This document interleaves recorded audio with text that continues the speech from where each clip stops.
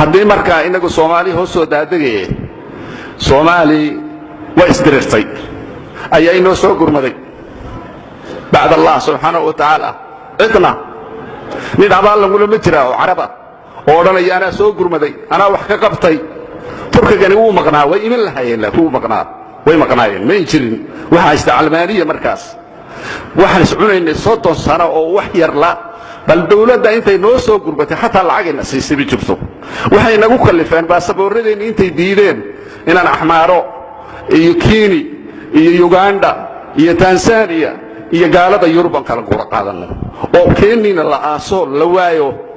oo fiisa la nagu siin waayo oo ninkeennii tagay soo raafaan oo xiraan oo tijaartii soo eriyaan carabida wax kuwaas maxay naga rabaan marka maanta maxay naga raadinayaan maxay naga raadinayaan maanta carab horta wax kuwaas waxaan ka baqayaa oo ka cabsanayaa in qola rabto Soomaali intay qabsato inay u gumaysato oo la inoo soo xidha qabiiskii Xaaji Cabdullah Wadi waxaan marka ku khatimayaa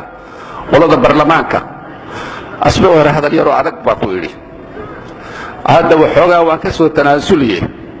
nimanka baarlamaanka oo hadda mooshinka wada federaalka ka hadli nimankaas fariinta aanu farayo waxa weeye oo nu marinayo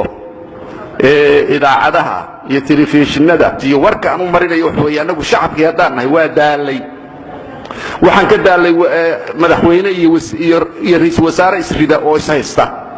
labadan hadda maanta jooga oo farmaajo iyo ninka la yiraahdo Khayre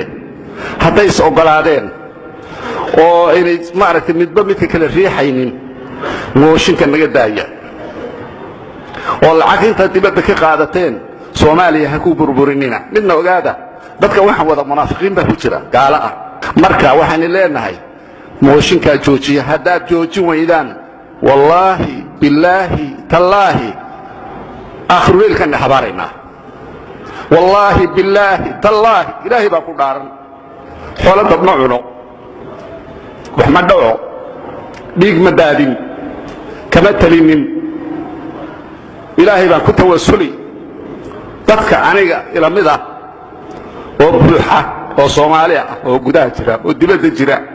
ilaahi waxaan inii baryaynaa haddaad mooshinka joojin weydaan kansar iyo AIDS iyo beerkaad u dhimanaysaan hadday joojin waayaan sabaxas iyo cudurrada xunxun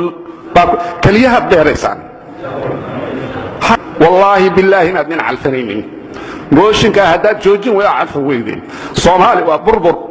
waa baaba badaheegii baa la cunayaa macdanteedii baa la guranayaa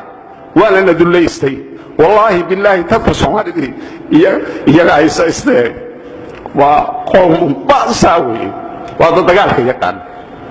oo dhimashada yaqaan oo gaala wadkooga qabsan kareen hadalkan lahaa wala jeedo baqti baatiine awla jeedo ka xalaan salaalisan dad ma qotaan intaas awla jeedo laakiin Soomaali waa dad fiican quraanka iftiyaan diinta jawdi waa luqibla